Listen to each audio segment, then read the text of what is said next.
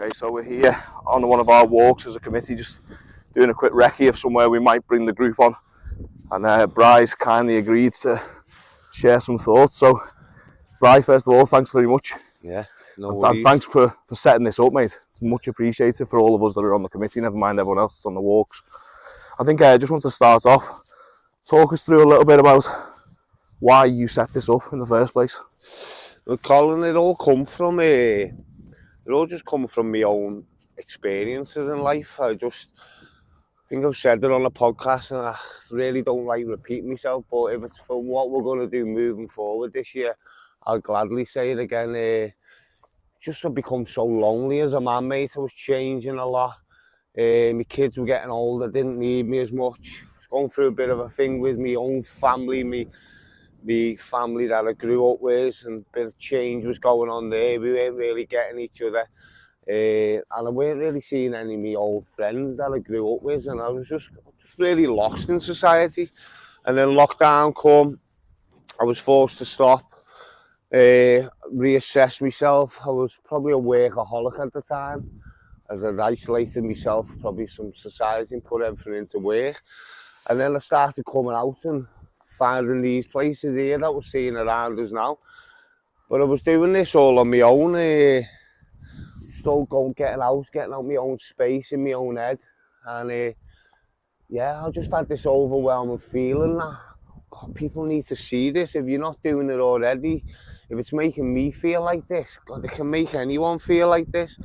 So that's when like ideas and all that started coming into my head. But the more I started going out on these walks on my own and not inviting anyone, obviously I was at battle with my internal voice all the time, and a lot of stress and worry was coming along. And again, I'm not ashamed to say it, it's a massive part of my journey, but I struggled with suicidal thoughts for the first time in my life. Not that I would have done it, but it was a scary thought even going through the thought process. You don't think you would have done it, Brian? Because I know we've spoken about this before, and I know when we took our walk into Malham, it was particularly poignant for you, wasn't it? Because that was a place, wasn't it? I think that you probably really contemplated doing it. Yeah, but that set off triggers again, which I didn't really know what triggers was until I met these men and said the triggers will come back into your life. Well, it set a trigger off, but it set an overwhelming trigger off when it was the place there where I actually did thought if I was going to do it, it's going to be here. I was in a bit of a, say, an hour trance really, and it was at Malham Cove. And then fast forward months later when I set the walks up, and the second walk was actually back to Malham Cove.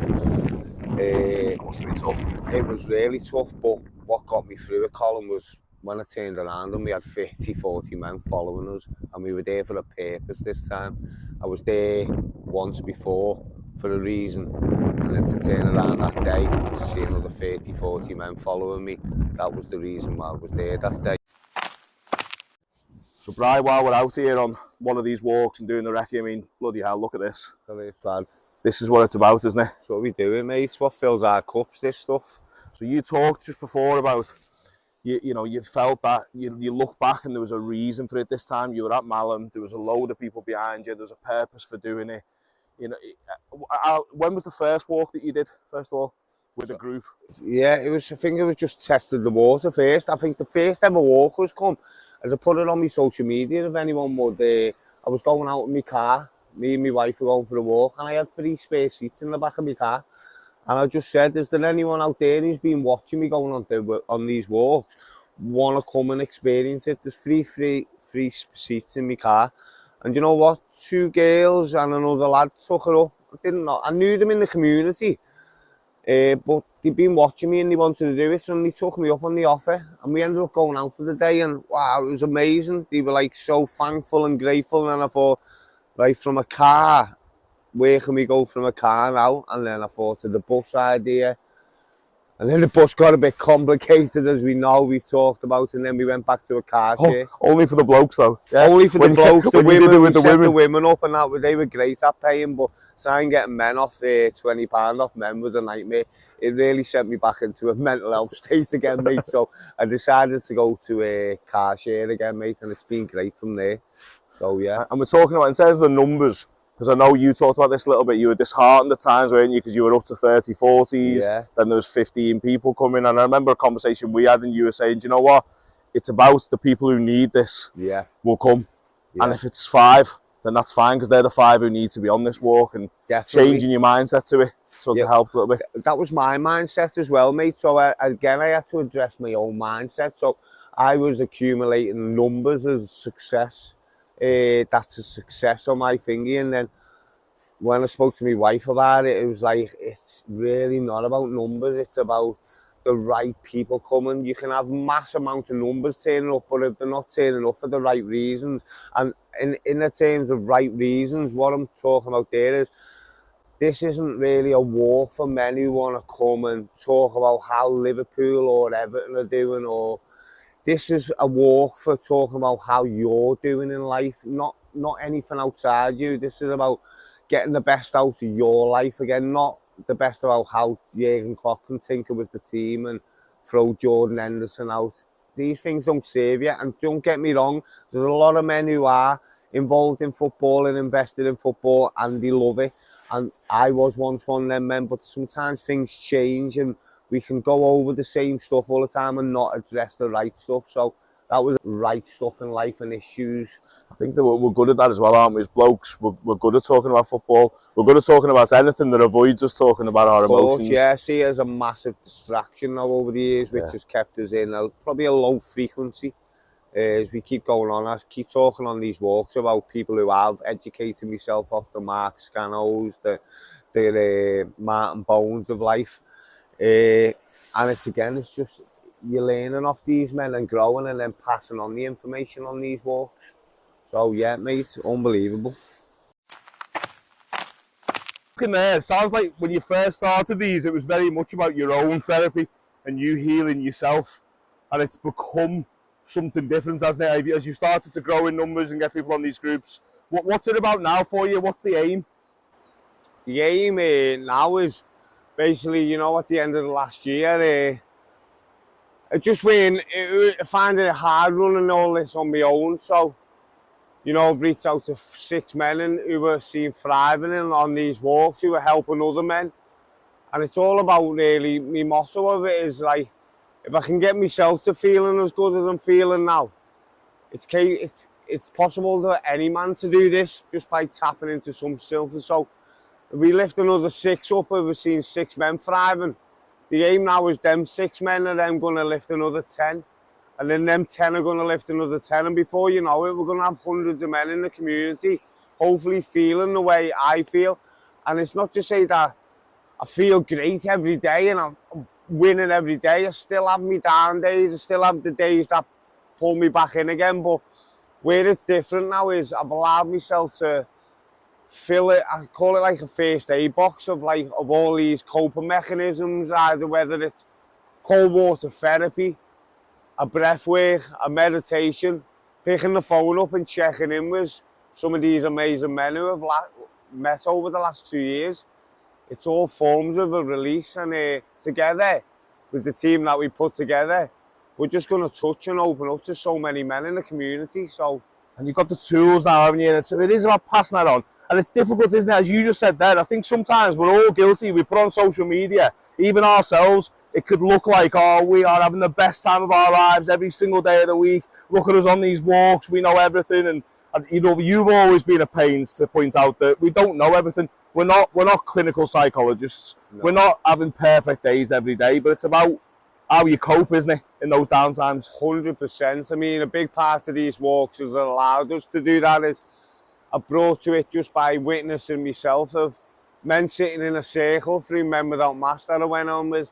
The power of listening to another man's story and his journey through life might resonate something that's happened in your life. So that allows them 2 men then, after the circle's closed, to then connect and talk about how they cope with that. And it certainly, I've witnessed so many powerful talks this year from all angles, all different problems that were thrown out in our life. Some of them come along unwillingly.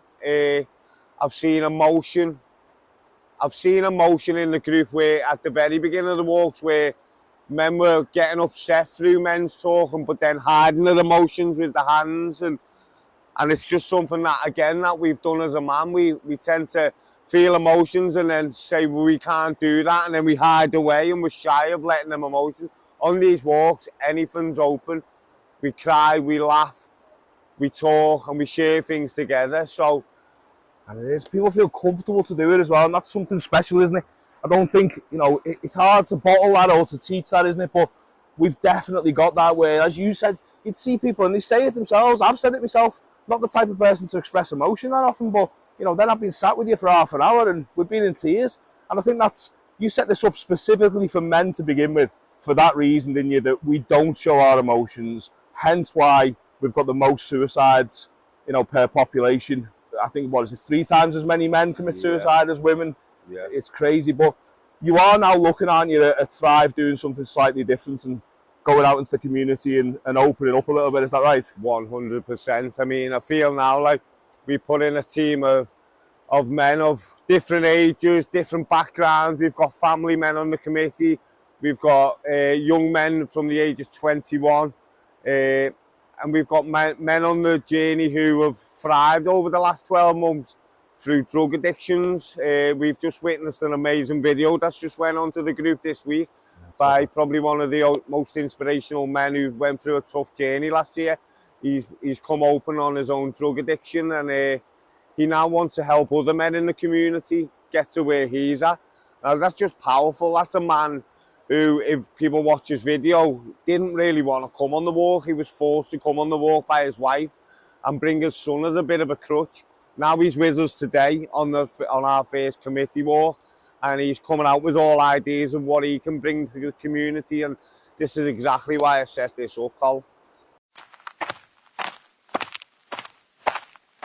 Doing these, what, 13 months now? Yeah. And this is probably going to be a difficult question, this, mate, to reflect on that time and have a think about it. And what would you say have been the most standout moments or the biggest successes that you've had with this group? Wow, mate. So many, lad. There's just so many to choose from, but there is a couple we set up last year. We come into Christmas and decided to do a bit of a presentation at the end of the walks. Just through a few standout moments which happened through the walks last year. And first of all, Tucker's story just lit me up, how a man could come on his journey and he was using £100 worth of cocaine a day. I couldn't relate to that because I'd never been in that situation, but then listening to his story and how it was affecting his day-to-day life, he was living a lie behind his wife and his kids, and he was a man here. He was willing to open up and tell him how it was holding him back. And how to see him here today on the committee doing a walk with us in our first meeting, looking to help other men who've been in his shoes. That's got to be a standout moment. And just one more, we had a guy, Lee, come on the walk. We went up Llangollen. It was a big hill, if you can remember. And the guys all panned out. And I was stood there looking down the hill. And Lee won't mind me mentioning this, but he was a bit of a larger guy. And he was really struggling on the hill. Like we are today, yeah, getting back into it. And we made our way to the top, and I asked guys to start getting in the circle, getting ready for Lee to come up. He was about 15 minutes behind us, but a couple of the younger lads stayed with him to help him up. And there was no auto cue and no thingy from me. Lee finally got to the top of the hill. And what I seen that day, mate, was everyone just stood up from the circle and started clapping Lee, which allowed Lee's emotions to run free with him then. He later told me that he wanted to kill me halfway up the hill. But with what happened, how the men would have rallied around him and got him to the top, he told me that day he conquered his Everest and got to the top. And then after a hug and to see how the men reacted, that was another moment of just like, it was just pure genius. It just lifted his spirits and it allowed him to then go on and actually do a share that day and tell him why he was on the walk. So many powerful moments, brother. I think one that stood out for me as well is when we did I can't remember where we were, they all merge into one, don't they? We did the lakes and we did the cliff jump. Oh, the cliff into jump. the water. So the cliff jumper was another one as well. He actually got an award at the end of it. A good mate of mine grew up with him from the age of 6, playing in the same footy team, Stealing. And again, I hadn't seen Steve for a long time throughout the years. And he started coming on my walks, which allowed us to connect and talk about old times. We were really good friends back as youth. And he was scared of heights, and we'd done a bit of a cliff jump into cold water, just letting men go past the fear. Obviously, it's all optional on these things, and a lot of the men that day took the invitation on board, and I think we got about 30 jumpers off the rocks. But we got Steve, who went last, and we could all see the fear in his face. I think he had 3 attempts at going it, and then just all of a sudden, the morale and the support from the men got louder and louder, and I think you can hear it on the video. And yeah, eventually he takes the leap of faith. He goes with the men, with the support, and he makes the jump. And then the cheers of joy at the end of it, mate, it gave me tears. It was a moment I sat there and just allowed myself to shed a tear, mate, because it was a group of men who come together, supported a man over his fears, and he overcome them. I can't stop watching the clip. No, I literally can't stop watching it, and he said to me afterwards that he'd 100% made up his mind in the end that he wasn't going to do it. Yeah. And he said, just going to give it one more try. And he said, I actually knew in my heart I was going to walk to the top, have a look at it, and then come back. Yeah. He said when he got there and he looked out, and there was 40, 50 men willing him to do it. Yeah. And he said, I just felt compelled to do it. He did it. He said, never felt so good in his life. Mate, it was a moment to treasure, and we've got that on that moment on video to share for as long as this thrive continues to thrive and continue. So again, 100%. we're going to continue to make these moments. There is plenty more, but they're just the top 3 that stick out into mind for now, mate. So finally, mate, final question for you. Where do you see this going now? 12 months time, what do you want to achieve? What do you want to look back on and say, do you know what? We did that. This is something that I set up, and we achieved what we set out to achieve. Going forward, mate, I feel like I've already achieved my dream. If that's any consolation, I set out, if I could help one man, it'd be worthwhile setting up what I'd learned off this retreat Men Without Mass. I set a vision and a goal that day. I come away, I achieved that last year, and someone asked me the question, are you going to carry these walks on last year?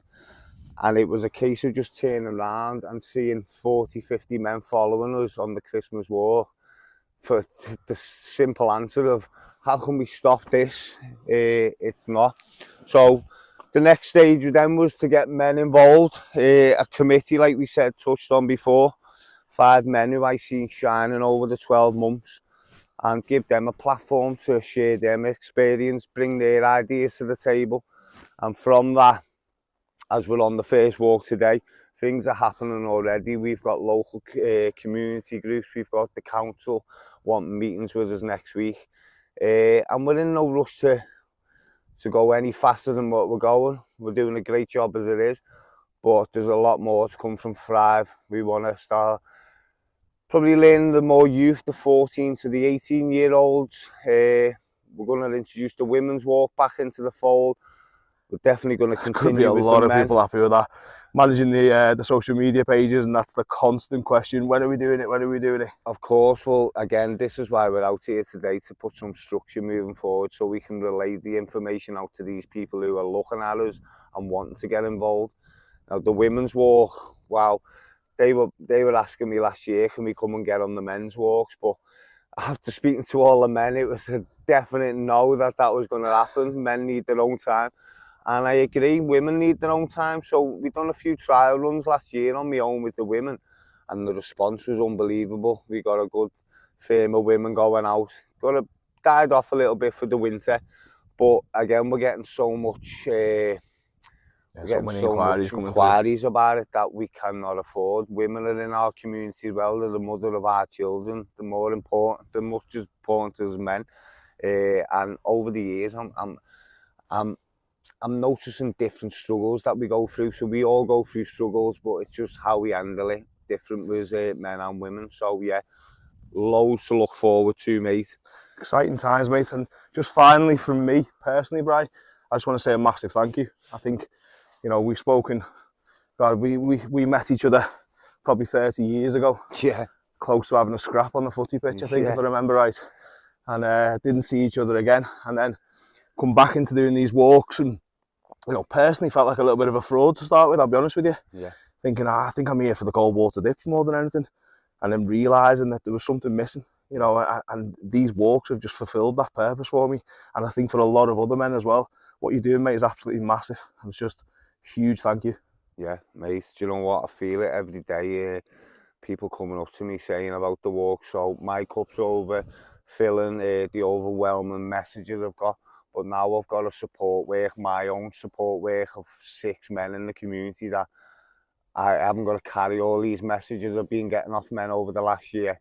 I've got a great support work team here around me now, and we're just normal men from the community, family men, younger men, men who've gone through addiction, who all want to make a difference. And it's not about just that one man looking for the glory. We need to raise as many people in this, and it's I can see this going bigger and massive. It's going to be spread out over a lot of counties, and I see this going nationwide. Thrive.